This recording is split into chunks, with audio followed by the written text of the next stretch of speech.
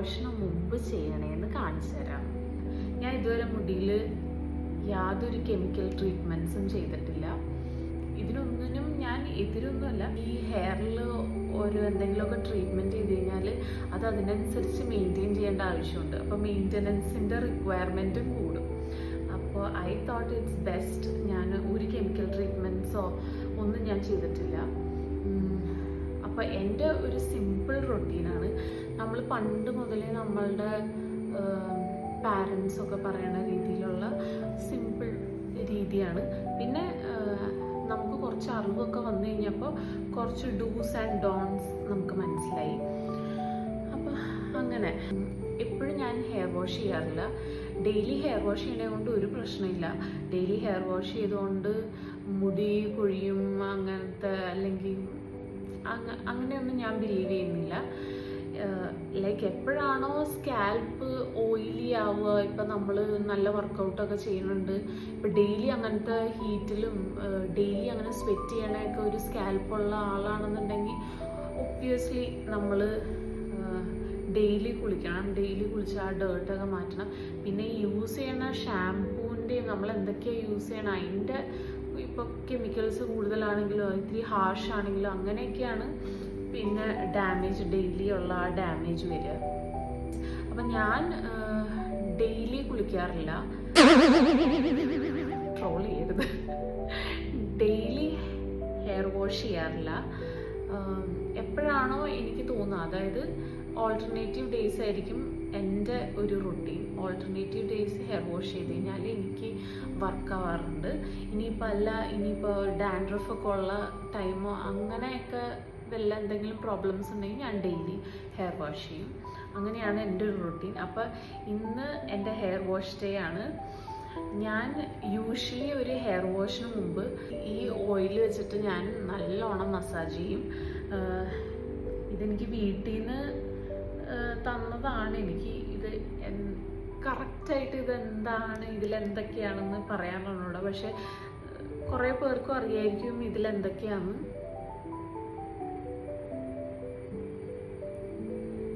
ഇതൊന്ന് ഞാൻ ചെറുതായിട്ടൊന്ന് വാം ചെയ്തെടുത്തിട്ടുണ്ട്. തിളപ്പിക്കുകയല്ല, ലൈക്ക് ചെറിയൊരു ചൂടിൽ ഡബിൾ ബോയിൽ ചെയ്ത് ആക്കി എടുത്തിട്ടുണ്ട്.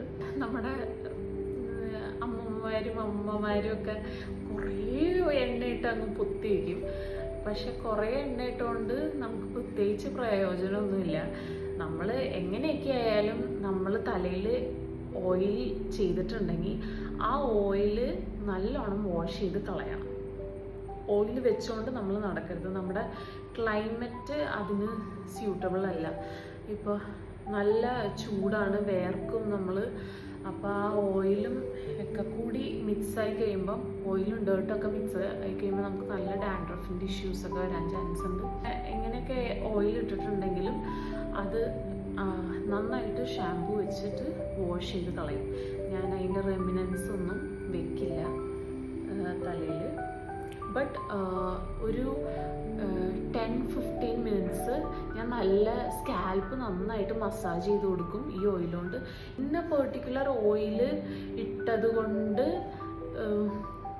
ഒരുപാട് മുടി വളരും എന്നൊന്നും ഞാൻ വിശ്വസിക്കാനുള്ള. എനിക്ക് എൻ്റെ അമ്മ ഒരു സ്നേഹത്തിൻ്റെ ഒരു പ്രതീകമായിട്ട് തന്നതാണെന്നാണ് ഞാൻ വിശ്വസിക്കുന്നത്. അപ്പോൾ അത് വെച്ചിട്ട് ഞാൻ തല കുളിക്കണം. ഇനിയിപ്പോൾ വേറെ എന്താ, കാച്ചി എണ്ണ തന്നെ വേണം എന്നാലേ അങ്ങ് ശരിയാവുമെന്നൊന്നും എനിക്കതിൽ ബിലീഫ് ഇല്ല. കാരണം ഇതൊക്കെ നമ്മുടെ തലയിൽ സ്കാൽപ്പിൽ അബ്സോർബ് ആവണമെങ്കിൽ അത് വളരെ മൈന്യൂട്ട് രീതിയിലേ അത് അബ്സോർപ്ഷൻ നടക്കുള്ളൂ. അപ്പോൾ ഈ കാച്ചി എണ്ണയെ കൊണ്ട് ഒരു പ്രത്യേക ഗുണമുണ്ടെന്നോ അതകത്തേക്ക് വലിയുമെന്നോ അല്ലെങ്കിൽ അങ്ങനെയൊന്നും ഞാൻ വിശ്വസിക്കാനുള്ള.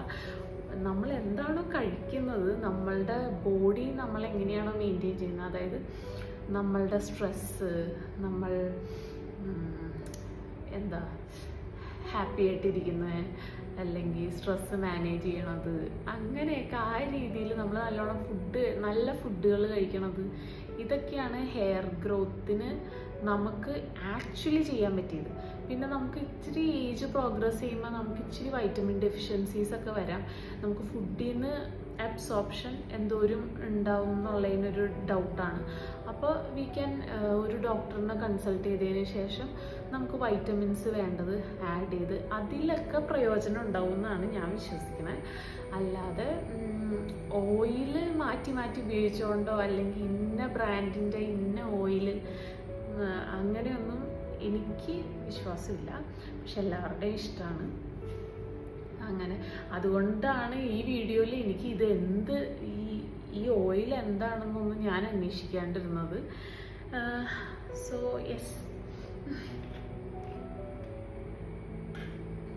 ഇതിന് ചെറിയൊരു ചൂടുണ്ട്, ചെറിയ ചൂടേ ഉള്ളൂ. പിന്നെ ഇതിൻ്റെ കളറൊക്കെ എനിക്ക് ഇഷ്ടം, നല്ല റെഡ് കളറാണ്. പിന്നെ ഇത് ഈ എണ്ണ ഒരുപാട് നേരം വെക്കണത് കൊണ്ട് ഗുണമുണ്ടാവുമോ അതും I don't believe in that.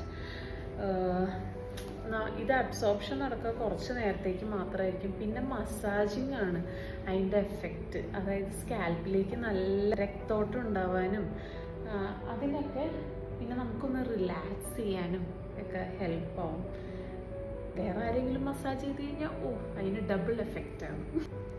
പിന്നെ ഈ ഓയിൽ ചെയ്യുമ്പോൾ ഞാൻ സ്കാൽപ്പിൽ നന്നായിട്ട് കോൺസെൻട്രേറ്റ് ചെയ്യും. നമ്മൾ സ്കാൽപ്പിലിട്ട് ഉരയ്ക്കണയൊക്കെ സമയത്ത് ഈ മുടി പൊട്ടിപ്പോവാതിരിക്കാനായിട്ട്, അതിന് അങ്ങനെ ഡാമേജ് ഒന്നും വരാണ്ടിരിക്കാനായിട്ട് അത് നല്ലോണം ഓയിൽ ചെയ്യേണ്ടത് ആവശ്യമാണ്. എന്ന് വെച്ചാൽ ഓയിലെടുത്ത് കൊട്ടേണ്ട ആവശ്യമൊന്നുമില്ല.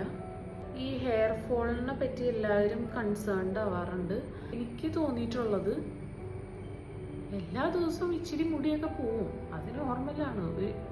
ഒരു 50 ആ റേഞ്ചിൽ ഞാൻ പിക്ക് ചെയ്ത് നോക്കിയിട്ടല്ല ഞാൻ പറയണത്.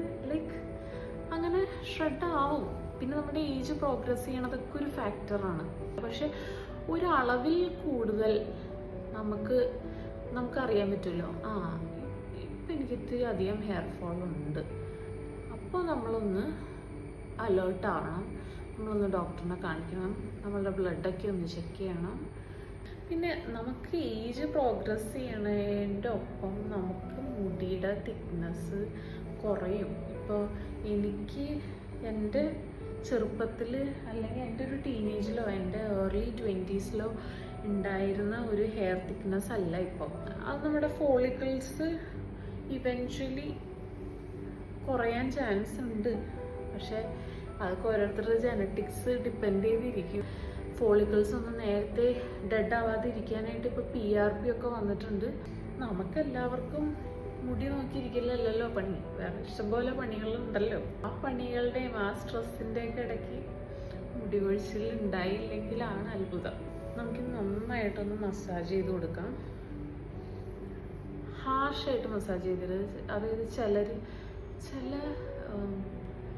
ഗേൾസിൻ്റെ പാർലറിൽ ഞാൻ അങ്ങനെ കണ്ടിട്ടില്ല. ചിലരുടെയൊക്കെ കണ്ടിട്ടുണ്ടെങ്കിൽ ഇങ്ങനെയൊക്കെ കാട്ടിയിട്ടുള്ളൊരു മസാജ്. പക്ഷേ അതൊക്കെ കൂടുതൽ ഫ്രിക്ഷൻ ക്രിയേറ്റ് ചെയ്യും, കൂടുതൽ ഡാമേജ് ഉണ്ടാക്കുകയും ചെയ്യുള്ളൂ. അപ്പോൾ യെസ്, നമുക്ക് സോഫ്റ്റായിട്ടുള്ള മസാജാണ്, സോഫ്റ്റായിട്ടും ഇച്ചിരി പ്രഷർ കൊടുത്തിട്ടുള്ള മസാജാണ് വേണ്ടത്.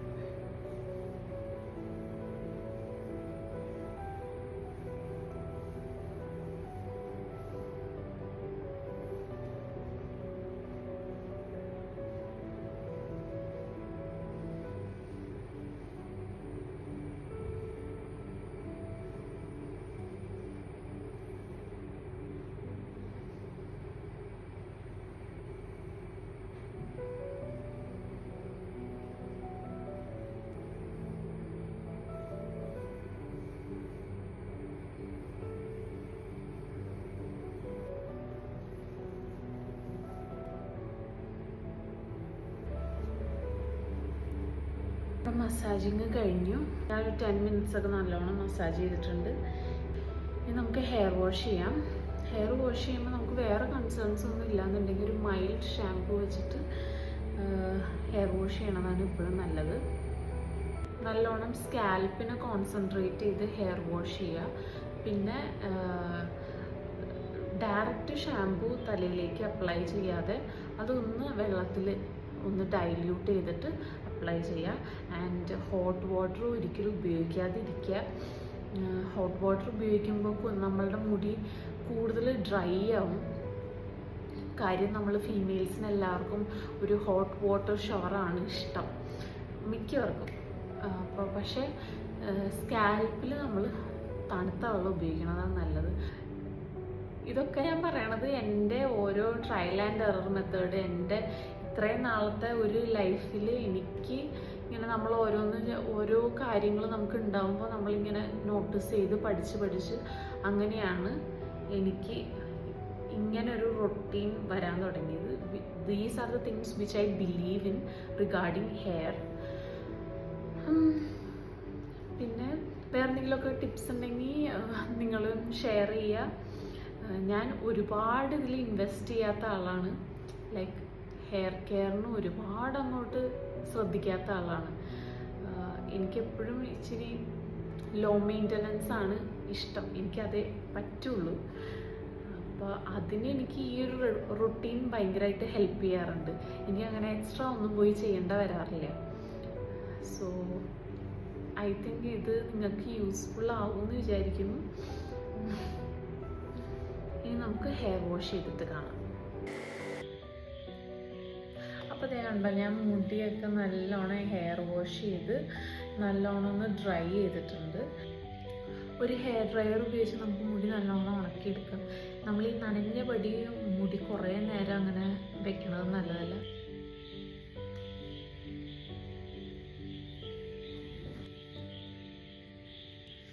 അപ്പോൾ ഇന്നത്തെ എൻ്റെ ഹെയർ റൂട്ടീൻ കഴിഞ്ഞു. അടുത്തൊരു വീഡിയോയിൽ നമുക്ക് വീണ്ടും കാണാം.